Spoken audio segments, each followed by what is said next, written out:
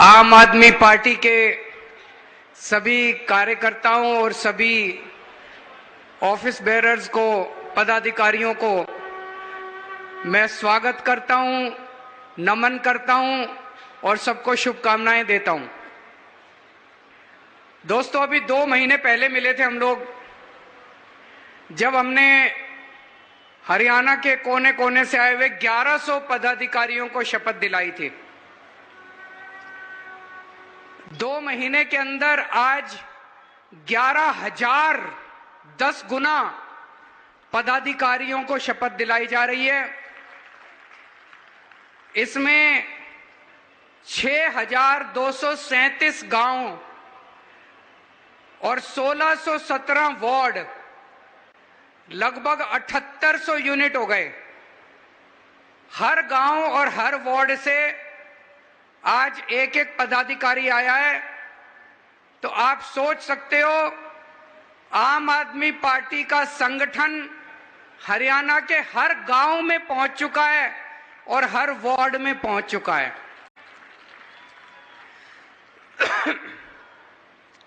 केवल यही नहीं, हर गांव में और हर वार्ड में 20-20 लोगों की कमेटी बन चुकी है।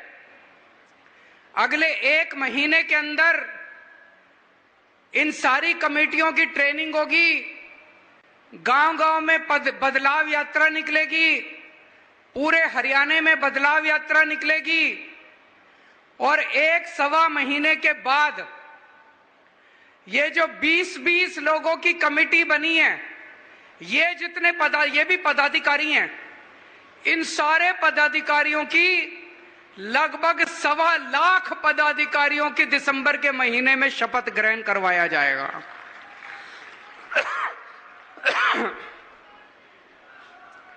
जिस पार्टी के इतने पदाधिकारी हों, क्या उस पार्टी को कोई हरा सकता है? आज मैं भाई साहब चैलेंज के साथ कह सकता हूं, कांग्रेस के पास भी इतना बड़ा संगठन नहीं है जितना आज आम आदमी पार्टी के पास है। बीजेपी के पास भी इतना बड़ा संगठन नहीं है जितना आम आदमी पार्टी के पास है। इतना बड़ा तो छोड़ो, मुझे लगता है इसका 10वां हिस्सा भी नहीं है उनके पास जितना आज आम आदमी पार्टी का संगठन तैयार हो चुका है। और संगठन हवा में नहीं बनता,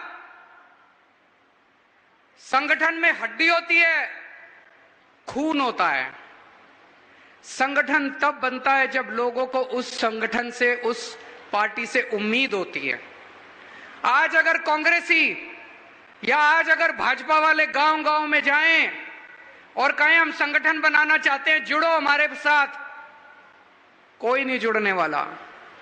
आज जब आम आदमी पार्टी का कार्यकर्ता घर घर में जाता है तो हर घर का बच्चा कहता है मैं भी जुड़ूंगा, मैं भी जुड़ूंगा, मैं भी जुड़ूंगा। क्यों? आम आदमी पार्टी से उम्मीद है लोगों को। मैं डॉक्टर संदीप पाठक से बात कर रहा था। डॉक्टर संदीप पाठक हमारे पार्टी के राष्ट्रीय संगठन महामंत्री हैं और जिस तरह से वो जमीन पे काम करते हैं संगठन बनाने का, ये भी एक कला है संगठन बनाना। तो मैं उनसे पूछ रहा था हरियाणा का क्या माहौल है। वो कहते हैं भाई साहब, मैं ज्यादा बड़ी बात नहीं करूंगा, लेकिन जो माहौल पंजाब में चुनाव के दिनों में था, बोले जी आज हरियाणा के अंदर उससे 10 गुना ज्यादा माहौल है जितना पंजाब के अंदर था। और मैं डॉक्टर संदीप पाठक की असेसमेंट की इज्जत करता हूं, क्योंकि ये जमीन पे रह के काम करते हैं। तो आज पूरी जिम्मेदारी के साथ मैं स्टेटमेंट देना चाहता हूं। दिल्ली के लोगों ने मिलकर पहली आम आदमी पार्टी की सरकार दिल्ली में बनाई थी। पंजाब के लोगों ने मिलकर दूसरी आम आदमी पार्टी की सरकार पंजाब में बनाई थी। 2024 के अंदर हरियाणा के लोग मिलकर हरियाणा के अंदर तीसरी आम आदमी पार्टी की सरकार बनाने जा रहे हैं। नोट कर लेना मेरी ये बात आज।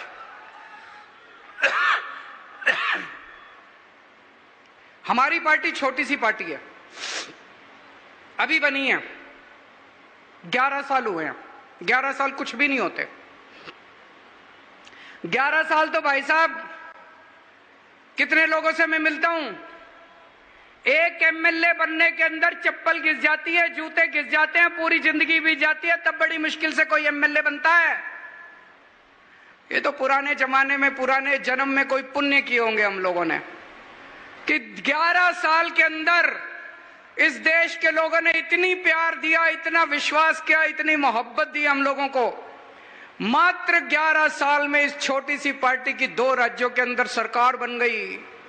गुजरात में 5 एमएलए आ गए, गोवा में 2 एमएलए आ गए, राज्यसभा में 10 एमपी आ गए, लोकसभा में 1 एमपी आ गया और राष्ट्रीय पार्टी का दर्जा मिल गया। ये छोटी पार्टी नहीं, छोटी बात नहीं। आज पूरे देश में तीसरे नंबर पे तीसरी बड़ी पार्टी, मात्र 11 साल में तीसरी बड़ी पार्टी आम आदमी पार्टी बन गई है बीजेपी और कांग्रेस के बाद। मोदी जी इसी बात से घबराते हैं, मोदी जी इसी बात से घबराते हैं कि जितनी स्पीड से आम आदमी पार्टी चल रही है, अगर ये इसी स्पीड से चलती रही तो एक दिन इन सारी दूसरी पार्टियों का सुपड़ा साफ कर देगी, जैसे दिल्ली और पंजाब में करा है। मोदी जी केजरीवाल से नहीं घबराते, आम आदमी पार्टी से नहीं घबराते, मोदी जी आप लोगों की ताकत से घबराते हैं, जनता की ताकत से घबराते हैं। जनता के अंदर जो उम्मीद पैदा की है आम आदमी पार्टी ने, आज तक 75 साल में अगर ये पार्टियां काम कर लेती, आम आदमी पार्टी की क्या जरूरत थी? आप खुद सोच के देखो, दिल्ली में जब हम चुनाव लड़े, लोगों ने हमको क्यों वोट दिया? उसके पहले तो हमको कहीं मौका नहीं मिला था, हमने कोई काम नहीं करके दिखाया था, कुछ नहीं करा था।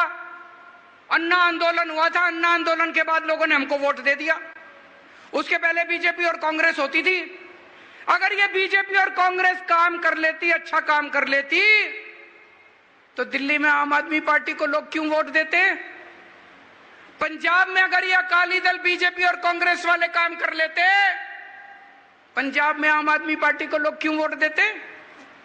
हरियाणा में अगर बीजेपी और कांग्रेस वाले काम कर लेते, भाई साहब ये 11,000 लोग आज शपथ ग्रहण करने आए, ये उनके तंबू के नीचे बैठे होते, हमारे तंबू के नीचे नहीं बैठे होते। तो ये आप लोगों की ताकत से घबराते हैं, जो जनता के अंदर उम्मीद पैदा की आम आदमी पार्टी ने। आपके बच्चों की बात करते हैं हम, आपके परिवार की बात करते हैं, आपके दुख दर्द की बात करते हैं। आज हरियाणा जैसे चक्की होती है ना, चक्की के 2 पार्ट होते हैं, ऐसे ही इन 2 पार्टियों के पार्ट के अंदर हरियाणा पिस रहा है, बुरी तरह से पिस रहा है दोनों पार्टियों के बीच में। एक पार्टी है हरियाणा में, वो कहती है हम जाटों की पार्टी हैं, सारे जाट जाट हमको वोट दो, हम जाटों का भला करेंगे। दूसरी पार्टी है, वो कहती है हम नॉन जाटों की पार्टी हैं, नॉन जाट हमको वोट दो, हम नॉन जाटों का भला करेंगे। भाई साहब हरियाणा की जनता ने दोनों को मौके दे के देख लिए, ना तो ये जाट वालों पार्टी ने जाटों का भला किया और ना नॉन जाट वालों ने नॉन जाट का भला किया। अब आम आदमी पार्टी आई है, हम तो कह रहे हैं जी हम तो 36 बिरादरी की पार्टी है, हम तो सबकी पार्टी हैं, हम तो जाटों की भी पार्टी हैं, नॉन जाटों की भी पार्टी हैं। तुम्हारे बच्चों के लिए स्कूल बनवा देंगे, तुम्हारे बच्चों के लिए नौकरी का इंतजाम कर देंगे, तुम्हारे बच्चों का भविष्य बना देंगे, तुम्हारे घर में कोई बीमार होगा उसका फ्री में शानदार इलाज करा देंगे, अस्पताल बनाएंगे, सड़कें बनाएंगे, बिजली मुफ्त दे देंगे। अकेली पार्टी है जो आपकी बात करती है, आपके घर की, आपके परिवार की, आपके दुख दर्द की बात करती है। आज पूरे देश में मैं रोज देखता हूं बुरा हाल मचा पड़ा है, चारों तरफ भ्रष्टाचारी भ्रष्टाचार, गुंडागर्दी, लूटपाट। प्रधानमंत्री जी कहते हैं मैं भ्रष्टाचारियों के खिलाफ लड़ रहा हूं, भ्रष्टाचार के खिलाफ लड़ रहा हूं। मैं प्रधानमंत्री जी को कहना चाहता हूं, मोदी जी अगर आप भ्रष्टाचार के खिलाफ असल में लड़ रहे होते, सचमुच में लड़ रहे होते, सबसे पहले केजरीवाल आपको सपोर्ट करता, आपका समर्थन करता। मेरे को आम आदमी पार्टी से प्यार नहीं है, मैं देश के लिए आया हूं।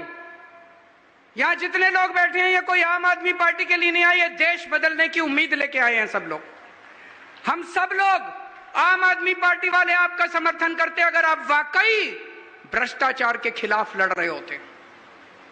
मोदी जी एक स्टेट में गए, जाके उन्होंने कुछ नेताओं के नाम लिए, बोले इन नेताओं ने 70,000 करोड़ का भ्रष्टाचार कर दिया, इन नेताओं ने 70,000 करोड़ का भ्रष्टाचार कर दिया, इनको मैं जेल में डालूंगा।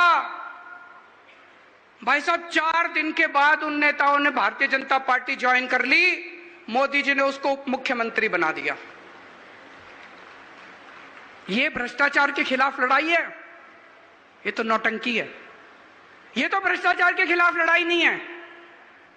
और ये एक बार हुआ तो सोच लेते, पूरे देश में रोज यही नौटंकी चल रही है। कभी इस राज्य में जाके कहते हैं कि यहाँ का मुख्यमंत्री चोर है, कभी उस राज्य में जाके कहते हैं यहाँ के नेता चोर हैं। 2 दिन में वो नेता भारतीय जनता पार्टी में चले जाते हैं और मोदी जी उनको कोई मंत्री बना देते हैं, कोई कुछ बना देते हैं, सब लोगों को पार्टी में शामिल कर लेते हैं। ये तो भ्रष्टाचार के खिलाफ लड़ाई नहीं है दोस्तों। आज पूरे देश में चर्चा हो रही है, कोई कितना भी बड़ा पापी हो, कोई कितना भी बड़ा अपराधी हो, किसी ने कोई भी पाप कर रखा हो, अपराध कर रखा हो, इनकी पार्टी में चले जाओ। मजाल किसी CBI, ED, income tax police वाले की हिम्मत हो जो छू दे उसको।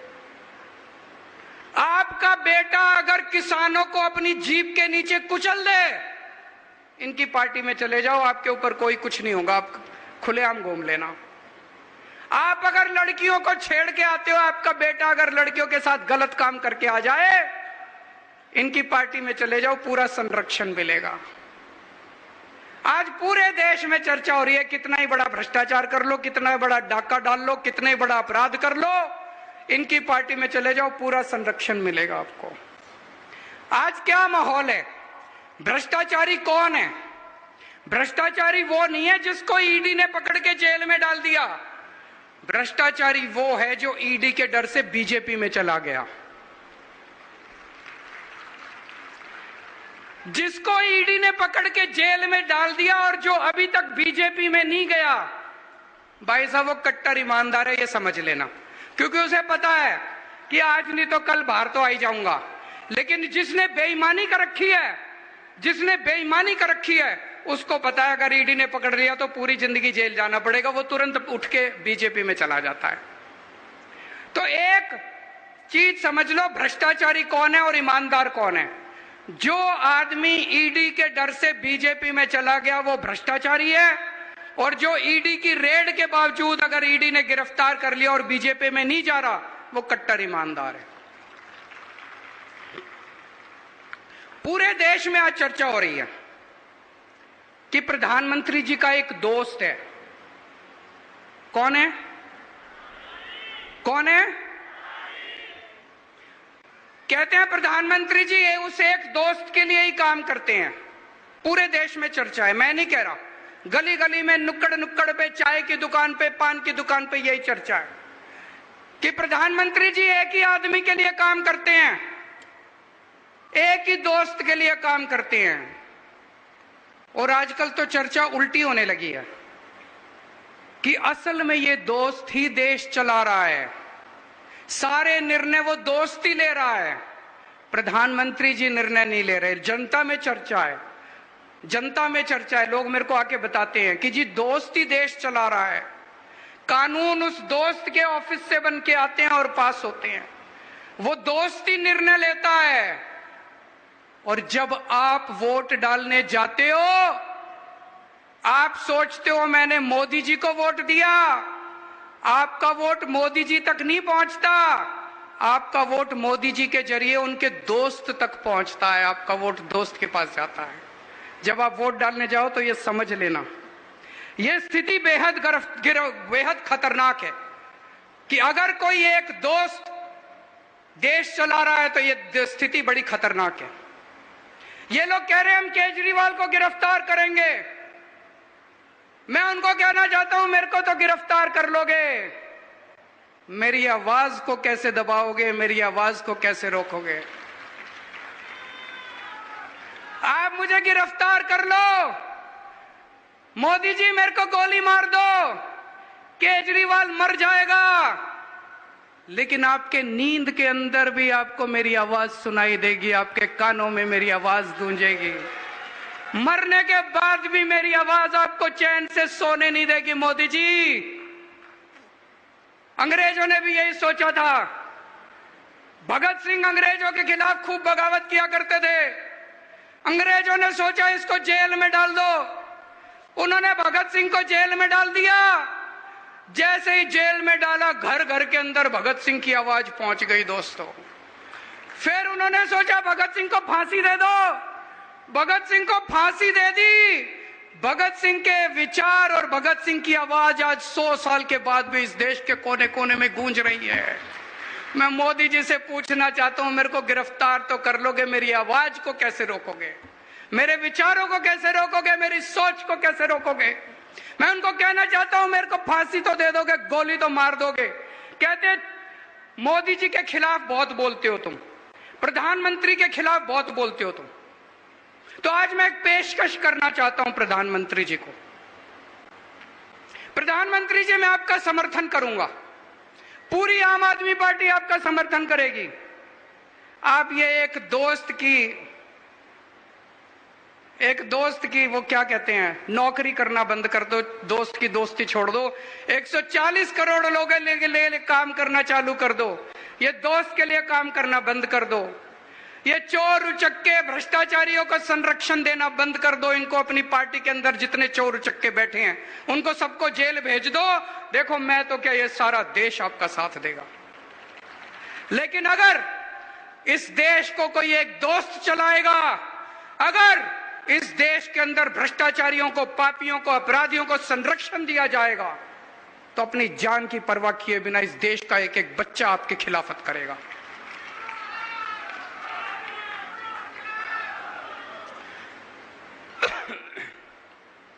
आज इन्होंने क्या सिस्टम बना रखा है? इनका सिस्टम ये नहीं है कि भ्रष्टाचारियों को पकड़ना है, ये चुन चुन के देखते हैं कौन प्रधानमंत्री जी के खिलाफ बोल रहा है, लिस्ट बना लेते हैं।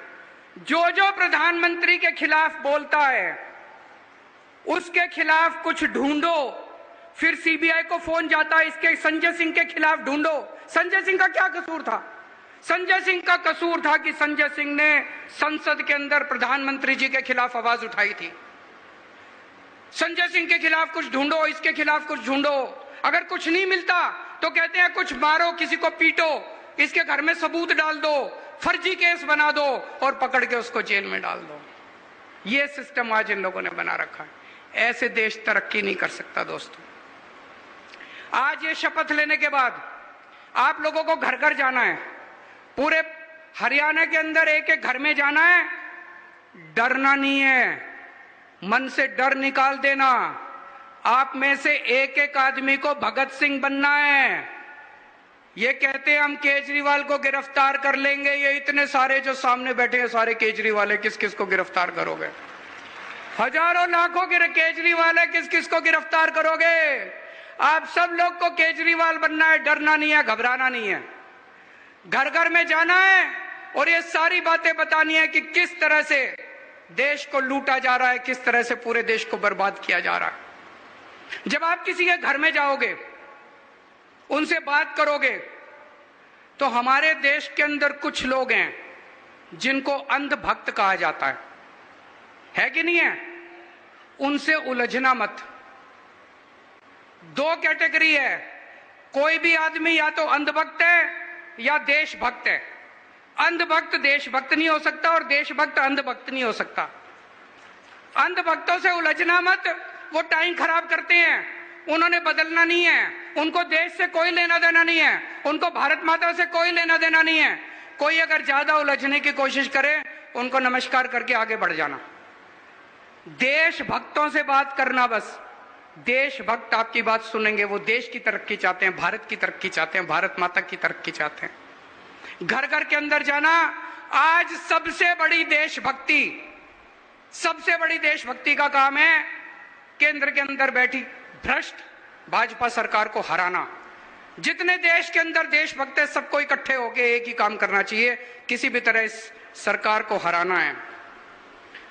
और जितनी युवा शक्ति है, सभी युवाओं को मैं कहना चाहता हूं कि आने वाला भारत, उसकी जिम्मेदारी आपको उठानी है और आपका भविष्य दांव पे लगा हुआ है। सभी युवाओं को मैं आज अपील करना चाहता हूं कि ज्यादा से ज्यादा संख्या में आम आदमी पार्टी के साथ जुड़े, इस देशभक्त पार्टी के साथ जुड़े, कट्टर ईमानदार पार्टी के साथ जुड़े। चूंकि आज इतने सारे आम आदमी पार्टी के कार्यकर्ता आए हुए हैं, इतने सारे पदाधिकारी आए हुए हैं, मैं एक चीज और कहना चाहता हूं। आम आदमी पार्टी की विचारधारा 3 स्तंभों पे खड़ी है, 3 स्तंभ है हमारे। आम आदमी पार्टी में आके आपको केजरीवाल की भक्ति नहीं करनी, आपको किसी नेता की भक्ति नहीं करनी। हमारी पहला स्तंभ है, हमारी पहली विचारधारा है कट्टर देशभक्ति। कट्टर देशभक्ति, आपको भारत माता के लिए अपना तन मन धन परिवार, पहले फर्स्ट नेशन फर्स्ट, पहले देश, आपको उसके लिए तन मन धन कुर्बान करने के लिए तैयार रहना अगर जरूरत पड़े तो। दूसरी विचारधारा है कट्टर ईमानदारी। बेईमानी को हम गद्दारी का दर्जा देते हैं। अगर कोई बेईमानी करता है समाज के साथ, देश के साथ, कोई भी बेईमानी करता है, वो इसका मतलब देश के साथ गद्दारी कर रहा है। आपको ईमानदारी से रहना है। और तीसरा है इंसानियत।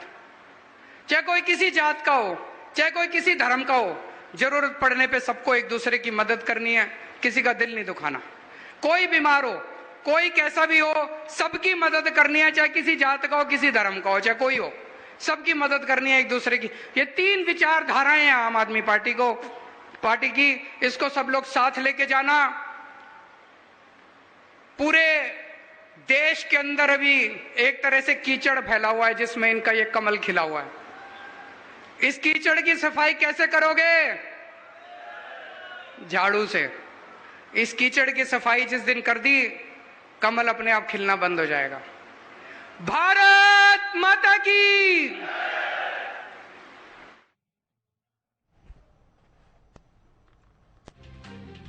आपका शपथ ग्रहण समारोह, बड़ी जानकारी इस वक्त की दे दें। आपका शपथ ग्रहण समारोह आप देख रहे थे, जिसमें आप दिल्ली के मुख्यमंत्री अरविंद केजरीवाल को सुन रहे थे। पूरे हरियाणा में बदलाव यात्रा निकलेगी, केजरीवाल ने कहा है।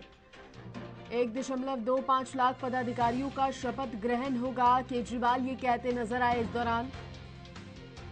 कांग्रेस बीजेपी के पास भी आपके बराबर संगठन नहीं है, केजरीवाल ने कहा। जितना बड़ा संगठन आम आदमी के पास है, उतना बड़ा संगठन कांग्रेस और बीजेपी के पास भी नहीं है।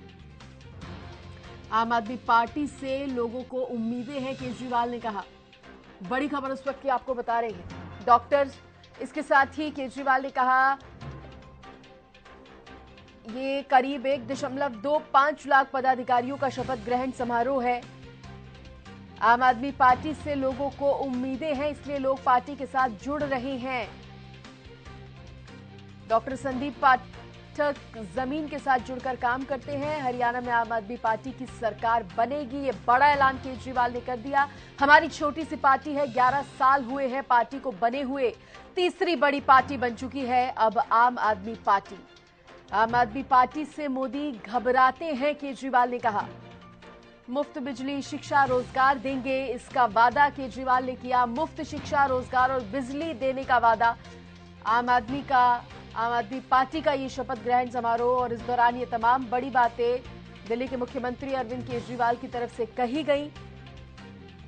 और उन्होंने कहा संगठन जब बनते हैं, जब लोगों को पार्टी से उम्मीदें होती हैं। आम आदमी पार्टी से लोगों को उम्मीदें हैं, अरविंद केजरीवाल ने कहा। इसके साथ ही डॉक्टर संदीप पाठक जमीन पर रहकर काम करते हैं, ये दिल्ली के मुख्यमंत्री अरविंद केजरीवाल कहते नजर आए। सरकार पर भी निशाना साधा इस दौरान उन्होंने, और अपनी पार्टी की तारीफ करते हुए कहा कि छोटी सी पार्टी है हमारी, 11 साल हुए हैं पार्टी को, लेकिन एक मजबूत पार्टी बन गई है, तीसरी बड़ी पार्टी बनकर भारत में सामने आई है। केजरीवाल ये कहते नजर आए कि आम आदमी पार्टी से तो प्रधानमंत्री नरेंद्र मोदी भी घबराते हैं। आम आदमी पार्टी से नरेंद्र मोदी भी घबराते हैं, ये कहा केजरीवाल ने।